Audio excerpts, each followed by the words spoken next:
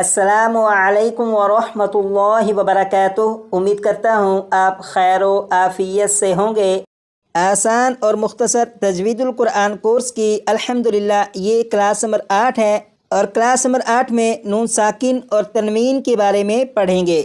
اور نون ساکن جو ہے یہ قرآن پاک میں 5000 سے زیادہ مرتبہ ہے، اور تنوین قرآن پاک میں 6700 سے زیادہ مرتبہ ہے۔ اس کا مطلب یہ ہوا کہ نون ساکن اور تنوین قرآن پاک میں 11700 سے زیادہ مرتبہ ہیں۔ کلاس نمبر 8 سے کلاس نمبر 12 تک یہ 5 کلاسیں بنتی ہیں۔ ان 5 کلاسوں میں نون ساکن اور تنوین کی تفصیلات کو پڑھیں گے، جس کے ذریعے آپ کو معلوم ہوگا کہ پورے قرآن پاک میں جس جگہ بھی نون ساکن یا تنوین ہے تو کس نون ساکن یا تنوین میں غنہ کر کے پڑھیں گے اور کس نون ساکن یا تنوین میں غنہ کیے بغیر پڑھیں گے۔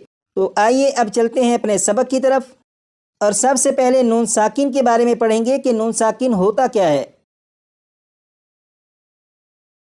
یہاں پر دیکھیے گا یہ ہے نون، اور اس نون کے اوپر کوئی علامت نہیں، یعنی زبر زیر پیش وغیرہ کچھ بھی نہیں، یہ صرف نون ہے۔ اور یہاں پر یہ جو نون ہے اس نون کے اوپر جزم ہے، تو جب نون کے اوپر جزم ہے تو یہ جو نون ہے یہ نون ساکن ہے، کیونکہ آپ نے کلاس نمبر 4 میں پڑھا تھا کہ جس حرف کے اوپر جزم ہو اسے ساکن کہتے ہیں۔ یہاں پر نون کے اوپر جزم ہے، لہٰذا یہ نون ساکن ہے۔ اسی طرح یہاں پر یہ نون اس کے اوپر جزم ہے، یہ نون بھی نون ساکن ہے۔ یہاں پر یہ نون اس کے اوپر جزم، یہ بھی نون ساکن ہے۔ اور نون ساکن قرآن پاک میں 5000 سے زیادہ مرتبہ ہے۔ جیسے آپ یہاں پر دیکھیں، یہ ہے پارہ نمبر 4، پارہ نمبر 4 کا پہلا پیج۔ یہاں پر یہ جو ریڈ کلر کے نشانات ہیں یہ نون ساکن کو ظاہر کر رہے ہیں۔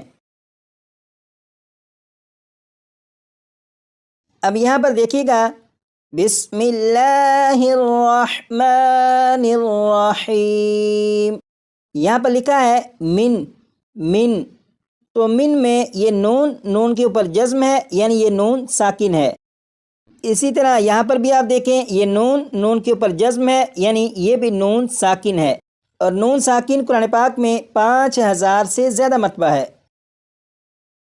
یہاں پر لکھا ہے نون ساکن، تو نون ساکن کے بارے میں آپ کو معلوم ہو چکا کہ نون ساکن کسے کہتے ہیں۔ اب یہاں پر دیکھیں، یہ ہے تنوین کے بارے میں پڑھیں گے کہ تنوین کسے کہتے ہیں۔ یہاں پر لکھا ہے 2 زبر 2 زیر 2 پیش کو تنوین کہتے ہیں۔ 2 زبر 2 زیر 2 پیش کو تنوین کہتے ہیں۔ 6 مرتبہ پڑھے گا۔ آپ نے پڑھا 2 زبر 2 زیر 2 پیش کو تنوین کہتے ہیں۔ اب یہاں پر دیکھیے گا، یہ ہے تا کے اوپر یہ جو 2 علامتیں ہیں یہ 2 زبر ہیں۔ اسی طرح یہاں پر یہاں پر تا کے نیچے یہ جو 2 علامتیں ہیں یہ 2 زیر ہیں۔ یہاں پر یہ گول تا، اس کے اوپر یہ جو 2 علامتیں ہیں یہ 2 پیش ہیں۔ تو 2 زبر 2 زیر اور یہ 2 پیش ہیں۔ 2 زبر 2 زیر 2 پیش کو تنوین کہتے ہیں۔ اب آپ اسے دیکھیے گا اور دیکھ کر پڑھیے گا، تنوین 6 مرتبہ۔ اسی طرح یہ تا کے نیچے یہ جو 2 زیر ہیں یہ بھی تنوین ہے، اسے بھی دیکھیے گا اور دیکھ کر پڑھیے گا، تنوین 6 مرتبہ۔ یہاں پر یہ گول تا اور اس کے اوپر یہ جو 2 علامتیں ہیں یہ 2 پیش ہیں اور اسے بھی تنوین کہتے ہیں۔ اب آپ اسے دیکھیے گا اور دیکھ کر پڑھیے گا، تنوین 6 مرتبہ۔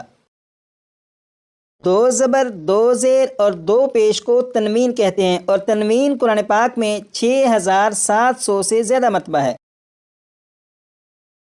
جیسے آپ دیکھیں، یہ پارہ نمبر 4 اور پارہ نمبر 4 کا پہلا پیج، یہاں پر یہ بلو کلر کے جو نشانات ہیں یہ تنوین کو ظاہر کر رہے ہیں۔ یہ جو لفظ ہے یہ لفظ ہے حنیفن، یہاں پر فا کے اوپر 2 زبر، یعنی فا کے اوپر تنوین ہے۔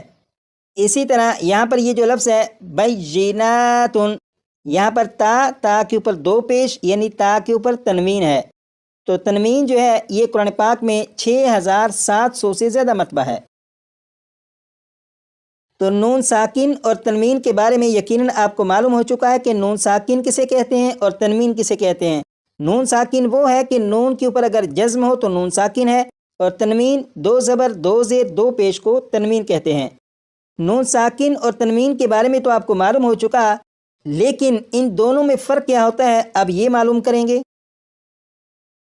آپ یہاں پر دیکھیں یہ ہے نون اور نون کے اوپر جزم ہے، نون کے اوپر جزم ہے تو یہ نون ساکن ہے، یہاں پر نون کے اوپر جزم ہے تو یہ نون بھی نون ساکن ہے۔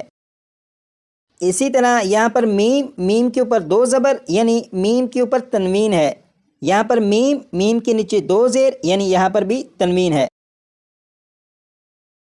تو نون ساکن اور تنوین لکھنے اور دکھنے میں ایک جیسے نہیں ہوتے بلکہ ان میں فرق ہوتا ہے، لیکن نون ساکن اور تنوین کی جو آواز ہے یہ آواز ایک جیسی ہے۔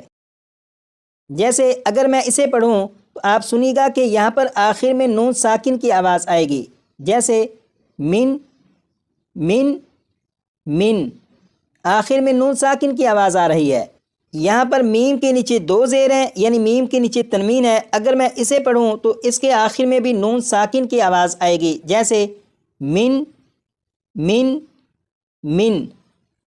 تو آپ غور کریں کہ نون ساکن اور تنوین کے آخر میں آواز ایک جیسی ہے، من من من من۔ تو نتیجہ یہ نکلا کہ نون ساکن اور تنوین کی جو آوازیں ہیں یہ ایک جیسی ہوتی ہیں۔ نون ساکن اور تنوین کی آواز ایک جیسی ہوتی ہے، اسے آپ اچھی طرح یاد رکھیے گا، کیونکہ آگے کی جو 4 کلاسیں ہیں جن میں نون ساکن اور تنوین کے قاعدے پڑھنے ہیں، تو یہ فرق اگر آپ کو یاد ہوا تو ان 4 کلاسوں کو سمجھنا آپ کے لیے مزید آسان ہوگا۔ آج کی کلاس میں نون ساکن اور تنوین کی پہچان کرنا مقصد تھا، وہ آپ